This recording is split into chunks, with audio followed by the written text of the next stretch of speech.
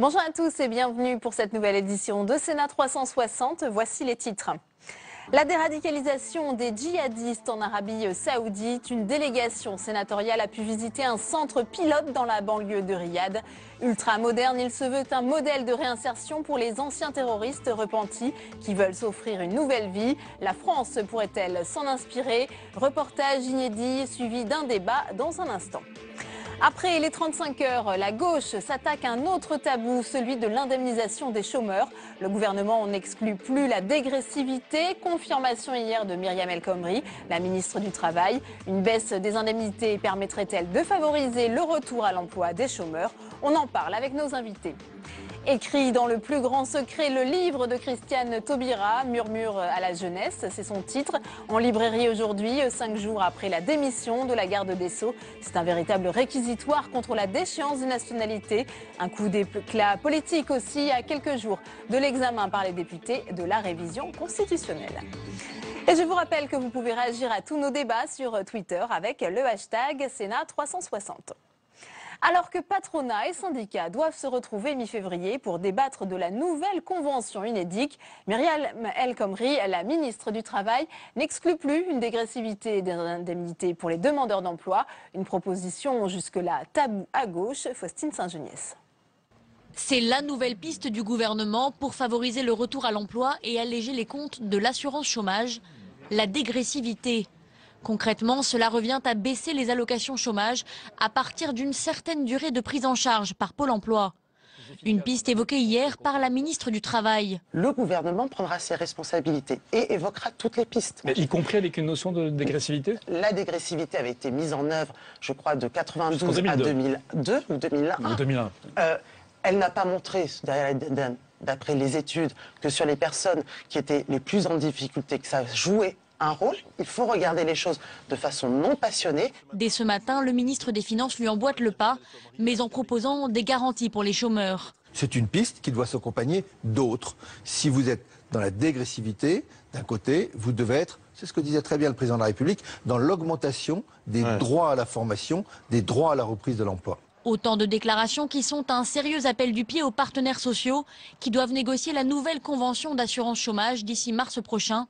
Dans un contexte critique, le taux de chômage atteint 10,6% de la population active et la dette de l'UNEDIC explose à 29 milliards d'euros d'ici la fin 2016. Une équation insoluble alors que la France connaît l'une des plus longues périodes d'indemnisation en Europe, avec 24 mois sans dégressivité et 36 mois pour les plus de 50 ans.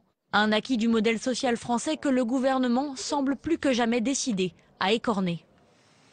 Nouvelle fracture au sein du gouvernement sur l'aéroport de Notre-Dame-des-Landes, alors que Ségolène Royal se dit favorable à une autre solution au projet actuel.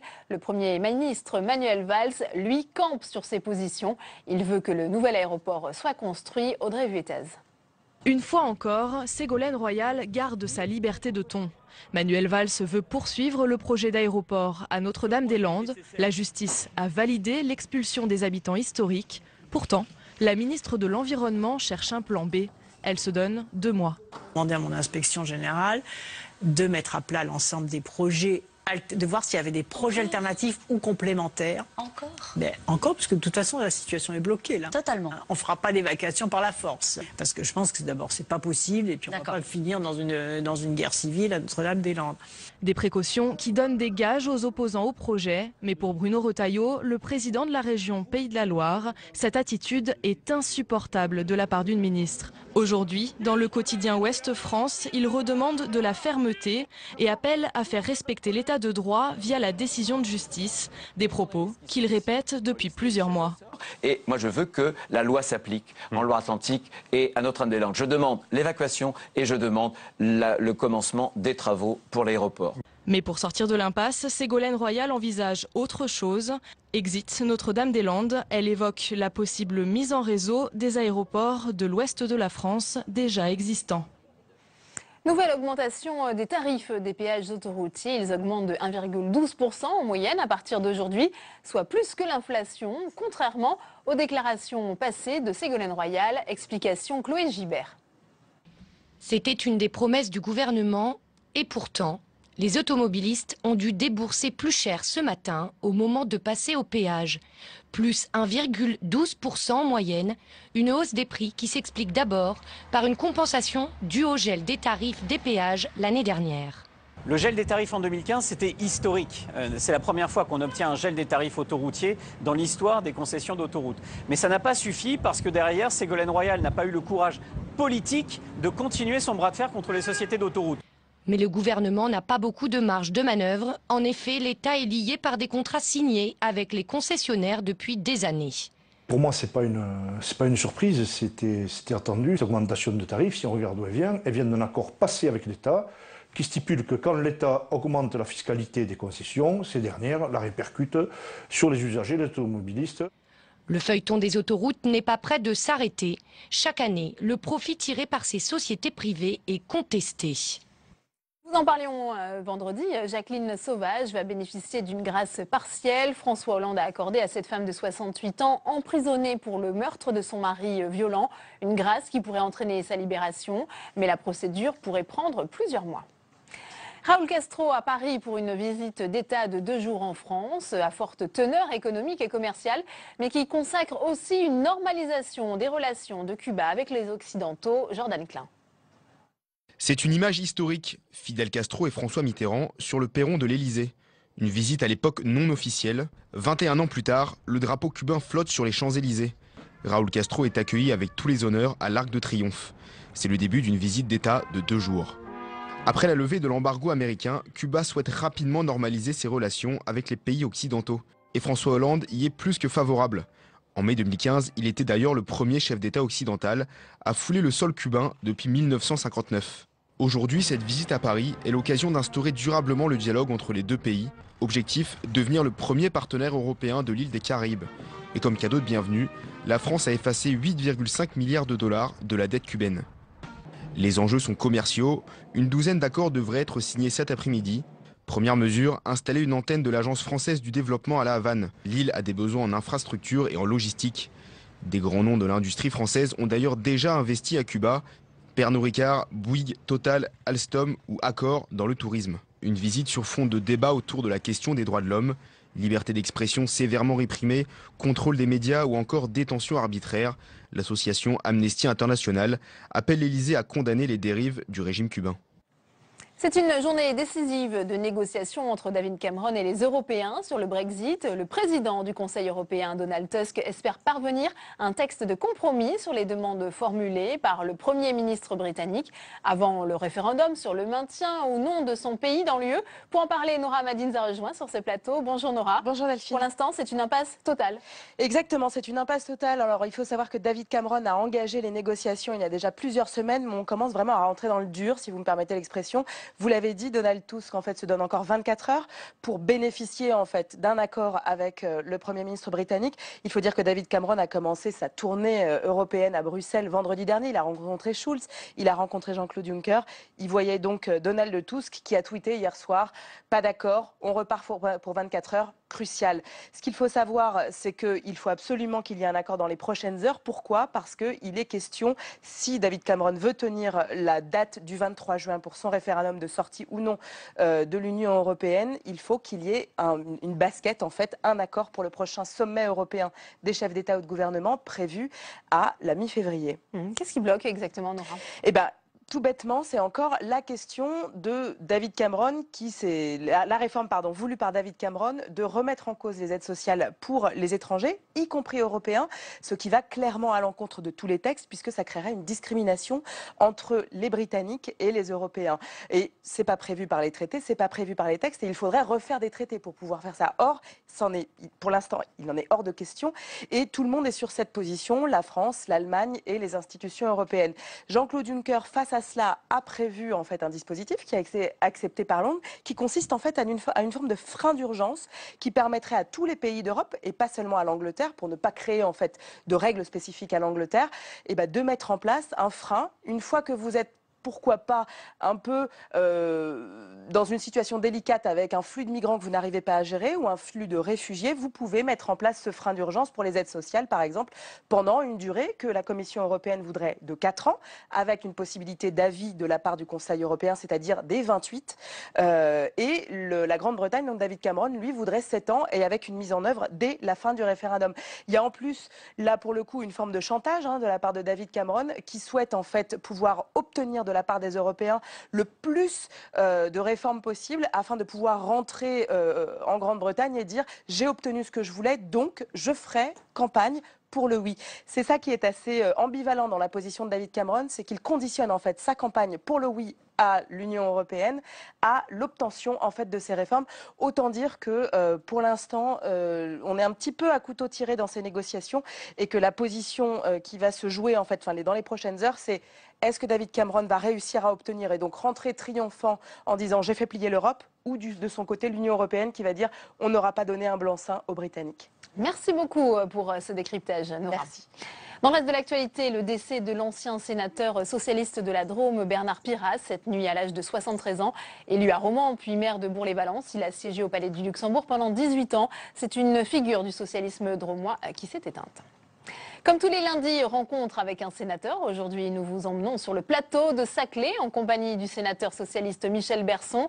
Depuis des années, il soutient la création de ce pôle scientifique et économique d'envergure mondiale qui doit à terme regrouper 20% de la recherche française. Malgré quelques zones d'ombre et des incertitudes sur son financement, visite guidée signée Quentin Calmé.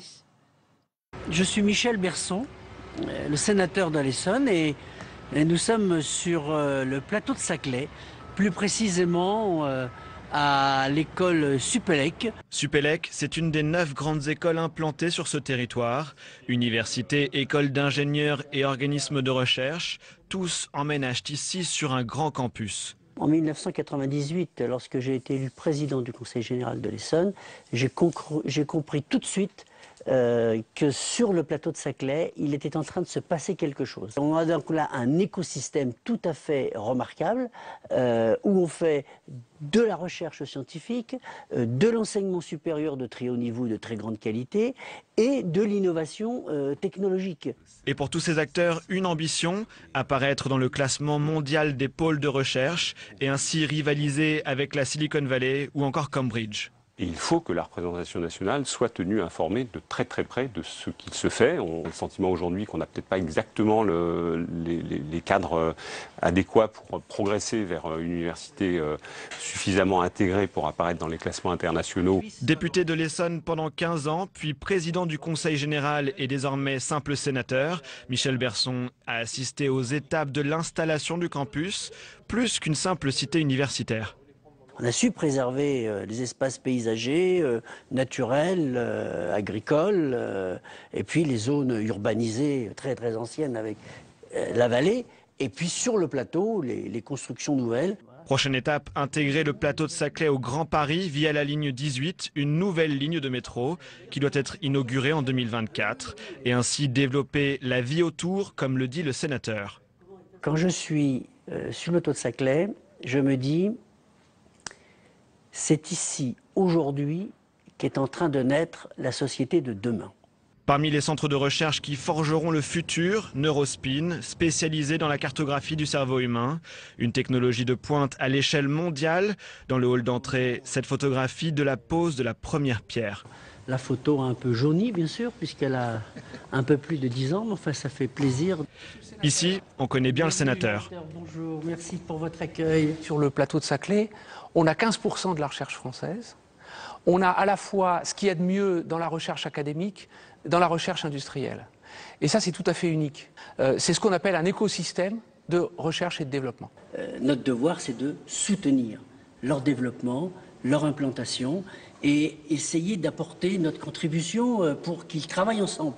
Recherche fondamentale, pôle universitaire, développement urbain, les trois doivent se développer ensemble pour Michel Berson. Et parmi les prochains débats politiques à trancher, la place de Polytechnique au sein de ce grand pôle de recherche.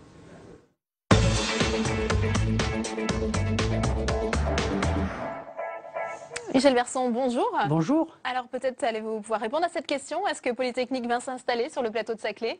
Polytechnique est déjà sur le plateau de Saclay depuis un certain nombre d'années, depuis qu'ils ont quitté la montagne Sainte-Geneviève. C'est d'ailleurs l'un des tout premiers grands établissements d'enseignement supérieur qui s'est implanté sur le plateau. Et puis il y avait déjà le CEA, un peu plus loin il y a HEC, un peu plus loin que sur le plateau de Saclay. Bref, aujourd'hui, nous avons sur un espace géographique relativement restreint, comme cela a été dit dans le reportage que nous venons de voir, ce que l'on fait de meilleur en France en matière de recherche académique, c'est les recherches fondamentales, mais également de recherche appliquée, de recherche technologique, puisqu'il y a sur le plateau de Saclay quelques grands groupes industriels qui sont en train, eh bien, disons, de nous apporter ce qu'il y a de meilleur dans notre pays en matière d'innovation. On l'a entendu, hein, tour à tour député, président du Conseil général de l'Essonne, vous avez beaucoup œuvré pour la création de ce pôle universitaire. Est-ce qu'aujourd'hui, il est à la hauteur de vos ambitions? Eh bien, écoutez, c'est un pôle universitaire, mais c'est plus que cela. C'est à la fois un pôle scientifique, mais aussi un pôle technologique. Et en plus, c'est là un challenge très, très important, c'est de fabriquer de la ville autour. Car aujourd'hui, encore malheureusement, les centres de recherche, les grandes écoles sont un peu perdus dans la nature. Donc il faut créer de la ville. Et donc on a un projet de développement scientifique, également un projet de développement urbain. C'est un campus urbain qui est en train de se construire. Et puis on fait bien sûr du développement économique. On a les trois, développement économique, développement urbain, développement scientifique. C'est remarquable. C'est unique en France, quasiment unique en Europe. Et l'ambition, c'est d'être dans le top 10, dans les 10 meilleurs plus grands pôles technologiques et scientifiques du monde dans les 10 ans qui viennent. Ouais. Des élus s'inquiétaient, ils étaient nombreux, des difficultés de financement du plateau de Saclay. Alors où est-ce qu'on en est aujourd'hui? Alors, le plateau de Saclay, c'est un très très grand projet. On l'appelle le projet de Paris-Saclay. Il naît grâce à un État volontaire, un État stratège depuis déjà quelques années, depuis une quinzaine d'années, que les différents acteurs publics, l'État, la région, le Conseil général, s'activent et travaillent ensemble. Beaucoup de milliards, je le dis bien de milliards, ont été engagés. À l'heure actuelle, on est entre 2 et 3 milliards. De manière transparente, vous suivez de près, on l'a entendu, ce pôle universitaire technologique scientifique. Est-ce que vous êtes bien assuré de savoir où va l'argent? Alors, ça manque de transparence, c'est évident. Je me suis livré à un calcul de ce qui avait été annoncé et engagé. Et je dois dire que ça a été très très difficile, puisque je vous donne une fourchette 2,8, 3 milliards, sans compter de l'ordre de 1,2 milliard pour réaliser cette grande infrastructure qui est la ligne 18 du métro, qui ira en 2024, j'espère. 2024 aussi, oui. Autour de cette date, il y a beaucoup de polémiques. Vous le confirmez, ce métro? Oui, oui. Pour l'instant, il n'y a aucune raison de dire, de soupçonner, de craindre que l'objectif. Parce que la question des infrastructures, et vous le soulignez, pour justement aller jusqu'à ce plateau de Saclay, est-ce qu'aujourd'hui, les infrastructures sont suffisantes? Insuffisantes. Elles sont aujourd'hui insuffisantes. Alors, il y a ce qu'on appelle un bus à haut niveau de service qui traverse tout le plateau, mais ce n'est pas suffisant. Il faut un métro, et il y aura donc une ligne de métro d'Orly, Massy, Saclay, Saint-Aubin, et ensuite on arrivera à Versailles. Donc c'est un très très grand projet qui nécessite des crédits très importants, et la Société du Grand Paris, eh bien, à l'heure actuelle, a inscrit l'objectif de 2024 pour réaliser ce tronçon, je dirais, stratégique entre Orly et Saclay. Vous souhaitiez que quelqu'un soit nommé pour assurer le pilotage de ce grand projet. Est-ce que vous avez eu gain de cause sur ce thème? Il y a beaucoup d'acteurs, puisque je vous dis c'est un triple projet. projets de développement scientifique, de développement économique et de développement urbain. Et par conséquent, beaucoup de ministères interviennent, beaucoup d'acteurs. Il y a des fonds privés, il y a des fonds publics. Et quelquefois, je dirais la feuille de route, le cahier des charges initial, on se demande s'il n'est pas un peu perdu de vue. C'est la raison pour laquelle j'ai souhaité, mais pour l'instant je n'ai pas de réponse, ni positive ni négative, qu'il y ait un chef de projet qui ne soit pas, je dirais, une structure de plus, mais quelqu'un qui permette de faire en sorte que les acteurs puissent mieux travailler ensemble, qu'ils puissent être peut-être mieux entendus. Qui doit décider? C'est l'État, la région? C'est l'État qui fixe le cap. C'est un projet, je dirais, national, avec des crédits de l'État, mais aussi de la région, un peu du département. Donc il y a beaucoup d'acteurs, il y a beaucoup de financements, mais je dis, c'est l'État volontaire, l'État stratège qui réalise un tel projet, bien sûr. On a aussi entendu dans le reportage l'aspect préservation des zones rurales alentours. Est-ce que là, le cahier des charges a été rempli? Oui, oui. Là, un très très gros effort a été fait pour préserver les espaces naturels, paysagers, agricoles du plateau. Donc là, c'est, je pense, une réussite. Vous savez que le château de Versailles était alimenté en eau. On avait besoin de beaucoup d'eau, avec les rigoles, précisément, qui se trouvent sur le plateau de Saclay. Et bien, ces rigoles, on les a sauvegardées, restaurées, ça existe toujours, et par conséquent, non, sur ce plan-là, je pense que l'environnement écologique a été et sera préservé. Il y a un dialogue entre la nature et la ville qui se fait, et qui se fait dans de bonnes conditions. Est-ce que ce n'est pas un projet pharaonique, pas trop démesuré finalement? Est-ce qu'il y aura les retombées économiques escomptées? On parle, j'ai pu lire, d'un point de PIB de plus dans 20 ans. Est-ce que vous confirmez à peu près ces prévisions? Oui, c'est de cet ordre-là.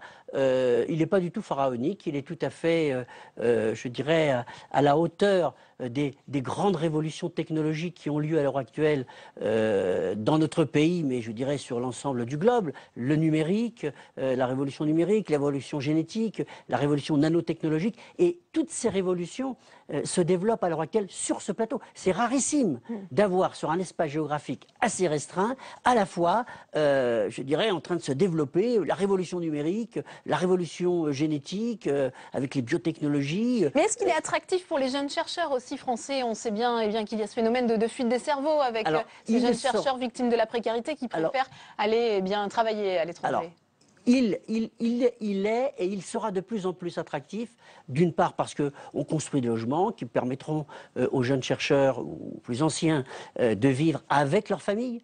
Ce ne sera pas uniquement des chambres d'étudiants ou des chambres de chercheurs, non, ce sera, on accueillera l'ensemble des familles. Donc il y a des nouveaux quartiers, des quartiers, des éco-quartiers qui sont en train de se développer sur ce plateau. Et par conséquent, de ce point de vue-là, ça sera attractif, mais c'est surtout attractif sur le plan scientifique. Quand vous avez Polytechnique, quand vous avez le CEA, le CNRS. Ça, vous l'avez constaté déjà, monsieur le sénateur, sur le terrain, que les chercheurs ont envie de travailler à Saclay? Bien sûr, mais ça, il y a des chercheurs étrangers qui viennent en France. Il y a aussi des Français qui vont à l'étranger. Et c'est bien, il faut qu'il y ait de la mobilité. Ils vont à l'étranger, mais pas que dans un sens. Ils reviennent après. Non, c'est dans les deux sens. Autre question sur le département de l'Essonne, cette fois, le département que vous avez dirigé pendant plusieurs années. Ce département assurait être dans l'impossibilité de procéder au paiement de l'aide sociale pour une partie de l'année 2015. Est-ce que vous comprenez cette décision du nouveau président du département? Écoutez, là, on est dans un domaine, je dirais, qui relève de la polémique, de la posture politique, de la com, comme l'on dit. Non, que le département de l'Essonne est aujourd'hui... On l'a même dit qu'il était au bord de la faillite. Non, il n'y a pas de difficulté financière en Essonne? Non, il n'est pas au bord de la faillite. Il a des difficultés financières comme beaucoup de départements, parce que les dépenses sociales ne cessent de croître et les dotations de l'État sont plutôt stables, voire en légère régression. Et donc ça crée des tensions et des difficultés. C'est vrai pour le département de l'Essonne, c'est vrai également pour d'autres départements. Donc que le le nouveau président, veulent, je dirais, mettre en exergue ce mouvement, cette problématique, cette difficulté, je le conçois volontiers, mais là, ça me paraît excessif. Non, la campagne qui est menée me paraît tout à fait excessive, sans nier les difficultés, je ne vais pas le nier, sans nier l'endettement. On dit que l'endettement est colossal, 1 milliard. Vous savez, ça veut rien dire. Ce qui est important, ce n'est pas le niveau de l'endettement, c'est la capacité à rembourser. Voilà le vrai problème. Est-ce que vous êtes capable de rembourser vos dettes? C'est ça le problème. Oui, le département d'Essonne est capable de rembourser ses dettes, même si l'endettement est important, parce que des investissements importants, très élevés, ont été réalisés. On parlait du plateau de Saclay tout à l'heure. Nombre d'investissements que nous avons commentés ont été partiellement financés par le département. Oui, donc il n'y a pas de lien de cause à effet finalement sur les difficultés du département avec la création du plateau de Saclay. Quand vous empruntez pour développer la science, c'est-à-dire inventer, développer la société de demain, je crois que c'est du bon endettement. Un retour sur investissement. Oui, oui, garanti. C'est pour ça, vous avez annoncé un point de PIB, je pense que c'est exact. Merci Michel Berson. C'est maintenant la chronique d'Alexandre Darmon. Alex refait le portrait, c'est tout de suite.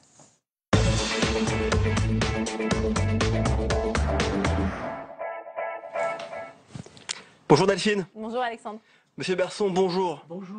Vous êtes né en avril 1945, juste avant la fin de la Seconde Guerre mondiale. Exact. Ça ne nous rajeunit pas tout ça. Eh non, eh non. Mais bon, vous êtes né à Goussainville. Je dis Goussainville, j'aime bien ce nom de ville, Goussainville. Oui, oui. C'est près de Roissy-Charles de Gaulle, l'aéroport. Oui, oui. Alors je ne sais pas si ça vous a inspiré, mais vous avez beaucoup voyagé dans votre vie professionnelle. Vous êtes à la base cadre dans le secteur bancaire. À l'origine. Donc vous êtes banquier. Alors non, écoutez, ça c'est... Non, parce que ça m'aurait fait plaisir d'avoir un banquier qui sourit en face de moi. Je ne suis pas banquier, j'étais cadre de banque, ce qui est tout à fait différent. En quoi? Écoutez, banquier, c'est celui, je dirais, qui est actionnaire, c'est celui qui, je dirais, est propriétaire du capital, alors que le cadre, c'est celui qui travaille dans un secteur bancaire pour développer notre économie. Alors, vous venez de l'Essonne, vous êtes un élu du terrain, maire, président du Conseil général de l'Essonne, député puis sénateur. Vous maîtrisez la vie politique française. Qui mieux que vous, d'ailleurs, pour expliquer la différence entre un député et un sénateur? Regardez. Il y a une différence fondamentale entre un sénateur et un député. C'est qu'un député, ça parle beaucoup, alors qu'un sénateur, ça écrit beaucoup. Voilà la grande différence entre le Sénat et l'Assemblée. L'Assemblée parle beaucoup, le Sénat écrit beaucoup, c'est-à-dire? C'est-à-dire que le Sénat a cet avantage de pouvoir examiner les dossiers avec du recul, avec du temps. Vous n'avez pas cité, je dirais, l'âge moyen des sénateurs, mais il est plus élevé que celui des députés. Donc les sénateurs ont beaucoup d'expérience, sont plutôt des sages. Et c'est la raison pour laquelle la réflexion est quelque chose, le temps de la réflexion est quelque chose d'important au Sénat. À mon sens, plus important qu'à l'Assemblée nationale, où là on est plus dans le temps de l'action. D'accord. En tout cas, vous n'avez pas votre langue dans la poche, vous n'avez peur de rien. Vous allez toujours au combat politique, comme ce fut le cas en 2011, lors des élections sénatoriales. Vous allez présenter une liste dissidente à celle du PS. Et vous savez quoi? Vous allez même gagner. Vous incarnez la sérénité, monsieur Berson, avec votre écharpe rouge. Vous savez, la force tranquille, regardez.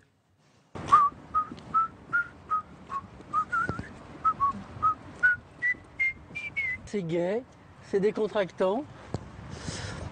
Ça permet d'avoir un compagnon lorsqu'on est tout seul.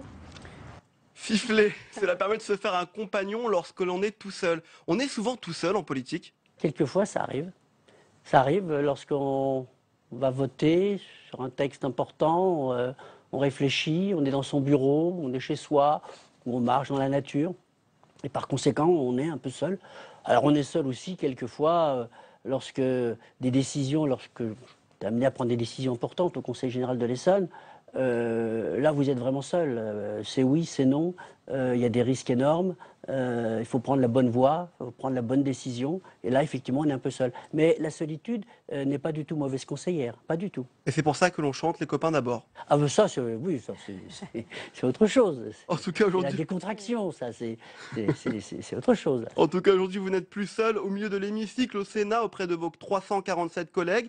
Vous avez l'air de vous y plaire, vous n'occupez plus d'autres mandats locaux. Est-ce que vous essaierez de garder votre place au Sénat en 2017?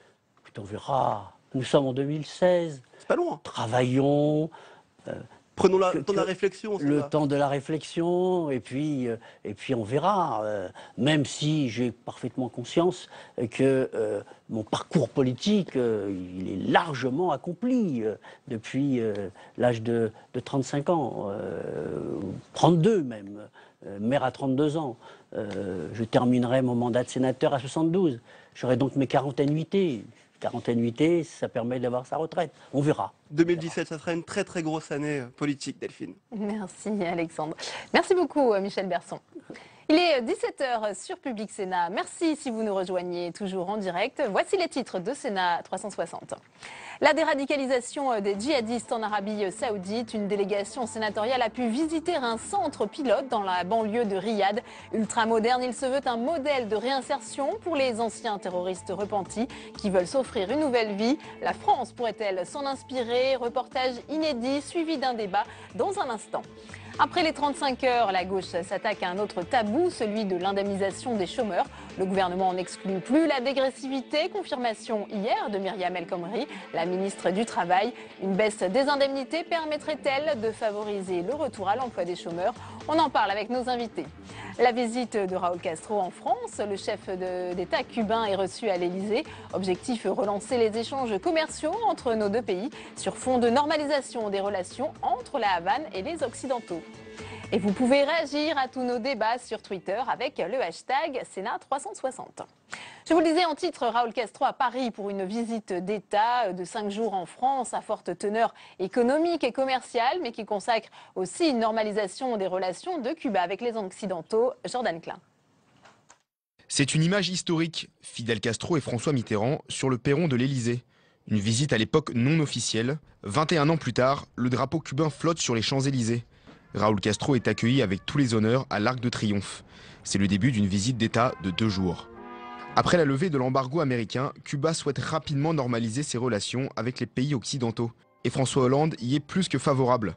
En mai 2015, il était d'ailleurs le premier chef d'État occidental à fouler le sol cubain depuis 1959. Aujourd'hui, cette visite à Paris est l'occasion d'instaurer durablement le dialogue entre les deux pays. Objectif, devenir le premier partenaire européen de l'île des Caraïbes. Et comme cadeau de bienvenue, la France a effacé 8,5 milliards de dollars de la dette cubaine. Les enjeux sont commerciaux. Une douzaine d'accords devraient être signés cet après-midi. Première mesure, installer une antenne de l'Agence française du développement à La Havane. L'île a des besoins en infrastructure et en logistique. Des grands noms de l'industrie française ont d'ailleurs déjà investi à Cuba. Pernod Ricard, Bouygues, Total, Alstom ou Accor dans le tourisme. Une visite sur fond de débat autour de la question des droits de l'homme. Liberté d'expression sévèrement réprimée, contrôle des médias ou encore détention arbitraire. L'association Amnesty International appelle l'Élysée à condamner les dérives du régime cubain. Jean Rabier, bonjour. Vous revenez d'Arabie Saoudite et vous avez suivi pour Public Sénat une délégation de 4 sénateurs emmenée par la présidente du groupe d'amitié au Sénat France-Pays du Golfe, c'est la sénatrice Nathalie Goulet. Vous avez donc pu filmer le centre de déradicalisation de Riyad. Ce sont des images rares que vous allez nous faire découvrir dans un instant. Mais avant cela, eh bien, quel était un peu l'objectif poursuivi par les sénateurs dans ce pays, un des plus conservateurs du monde arabe, meilleur allié de la France, on va le voir peut-être, dans cette région, mais qui entretient néanmoins des rapports troubles avec le djihad. Bon, tout d'abord, les groupes d'amitié se déplacent régulièrement dans les pays dont ils ont la charge. Et cette délégation, elle a jugé que c'était un moment important pour se rendre en Arabie Saoudite. Parce que l'Arabie Saoudite est engagée dans la lutte antiterroriste. Les Saoudiens sont victimes du terrorisme. Un attentat a d'ailleurs encore frappé le pays, une mosquée dans le nord du pays vendredi. Et Al-Qaïda leur avait déclaré la guerre. Daesh menace également le royaume. Alors si des accusations de financement de groupes djihadistes persistent, l'Arabie Saoudite s'en défend et compte désormais montrer ce qu'elle fait pour lutter contre le terrorisme. Le pays est aussi un partenaire économique important pour la France. Et au moment où l'Iran, l'ennemi régional de l'Arabie Saoudite, revient dans le jeu diplomatique, les sénateurs ont jugé que c'était un moment important pour se rendre dans le royaume, où ils ont pu rencontrer de nombreuses personnalités locales, des parlementaires, des ministres, et échanger autour de l'actualité chargée pour les deux pays et favoriser les liens entre les deux États. Alors, on revient à ce centre de déradicalisation dont on parlait à l'instant. Comment avez-vous pu accéder finalement à ce centre? Est-ce que ça a été facile? Les Saoudiens vous ont-ils ouvert les portes facilement? Alors les sénateurs ont dû insister pour visiter ce centre de déradicalisation. Il a fallu l'appui de parlementaires, un appui de dernière minute et l'autorisation du ministère de l'Intérieur pour finalement y accéder un soir à la nuit tombée pour une visite qui s'est achevée à 1h30 du matin. Les Saoudiens comprennent que face donc aux accusations de complaisance qu'ils subissent, ils doivent mieux communiquer et montrer ce qui est fait dans le pays depuis longtemps, puisque le centre a ouvert en 2007, un exercice de transparence assez nouveau pour eux. Nous n'avons pas pu rencontrer les bénéficiaires de ce programme, mais il nous a été fait une présentation très détaillée du centre et une visite des différents endroits où résident les ex-djihadistes en voie de réhabilitation. Alors merci Jérôme, ce sont donc des images inédites tournées en pleine nuit dans la banlieue de Riyad au centre de déradicalisation ouvert en 2007. Il propose à d'anciens terroristes, notamment des anciens détenus de Guantanamo qui ont envie de se repentir, un programme de réhabilitation basé, vous allez le voir, de façon surprenante sur le sport, la peinture mais aussi la religion et la famille. Reportage. C'est à une heure tardive mais en grande pompe que la délégation sénatoriale a été reçue au centre de déradicalisation de Riyad. Opération transparence pour le régime saoudien qui veut montrer qu'il n'est pas inactif en matière de lutte contre le terrorisme. Nous restons pour le moment ici afin d'échanger et nous entamons la visite dans quelques instants. Nous répondrons à toutes les questions, étape par étape, que vous pourriez poser. Direction le bâtiment principal où la visite commence par un mémorial afin de ne pas oublier ce pourquoi le centre a été construit. Et ce sont des officiers de l'armée saoudienne qui ont été victimes d'actes terroristes. C'est par une présentation de l'historique du centre, ouvert depuis 2007, que commence l'explication pédagogique. Quand nous avons commencé, il n'y avait pas de modèle à suivre dans le monde. Nous partions d'une feuille blanche. Nous avons développé ce centre qui est désormais considéré comme leader dans le monde pour combattre l'extrémisme et le terrorisme. Nous ne disons pas que le centre est parfait avec 100% de réussite, mais nous sommes sur la bonne voie. 3000 personnes ont fréquenté le centre pour une durée minimale de 3 mois. La direction se targue de 85% de réussite, c'est-à-dire une réintégration dans la société saoudienne. Un chiffre qui chute à 80% pour les détenus de Guantanamo que l'Arabie saoudite a rapatriés après parfois plusieurs années de détention. Ici, on ne parle pas de prisonniers mais de bénéficiaires, avec un programme basé sur la réinsertion. Ce sont toujours des citoyens, ils ont toujours des droits. Ils doivent retourner dans la société. Si nous les rejetons, ils seront repris par d'autres organisations extrémistes. Donc nous devons leur ouvrir nos bras et les aider.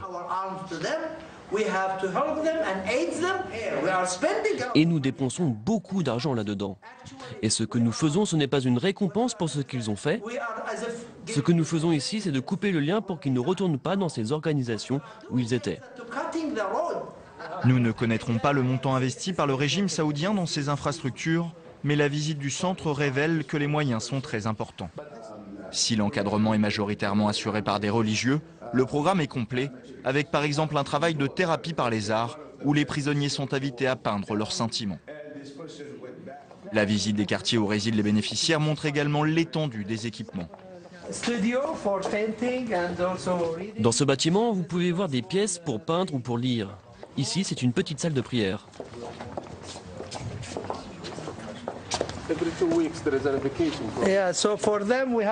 Pour eux, nous avons une réintégration graduelle. Pour les plus avancés, toutes les 2 semaines, ils ont des permissions pour visiter leur famille. Vous mettez 3 bénéficiaires par chambre? Des fois 3, des fois 4, nous contrôlons le nombre en fonction de leur état. Par exemple, les détenus de Guantanamo n'étaient que par 2, pour éviter une contagion.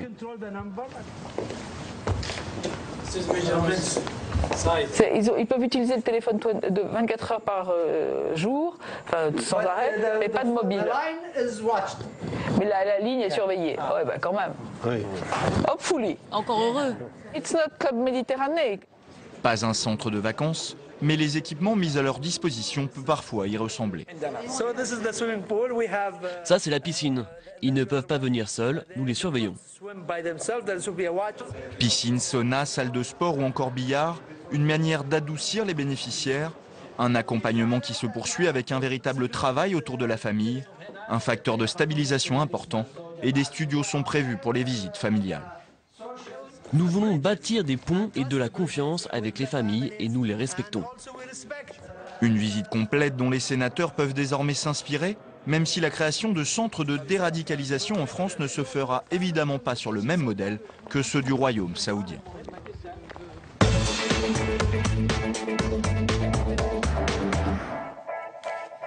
Et on ouvre le premier débat de ce Sénat 360 consacré à ces centres de déradicalisation en Arabie Saoudite et aux liens noués entre la France et Riyad avec nos invités sur ce plateau. Nathalie Goulet, bonjour, sénatrice UDI-UC de l'Orne. Vous êtes la présidente du groupe d'amitié France-Pays du Golfe ici au Sénat. Merci d'être avec nous. Denis Bochart est également avec nous sur ce plateau. Bonjour, spécialiste du Moyen-Orient à l'IFRI, ancien ambassadeur de France en Jordanie. Merci d'avoir accepté notre invitation. J'accueille également Alain Grèche, vous êtes spécialiste du monde arabe, ancien rédacteur en chef du Monde diplomatique et le directeur du journal en ligne Orient 21. Merci d'être avec nous. Nathalie Goulet, on vous a vu dans ce reportage, ce centre de déradicalisation. Comment avez-vous vécu cette visite? Quelles ont été vos impressions sur place? D'abord, on avait demandé l'autorisation de le visiter depuis un moment et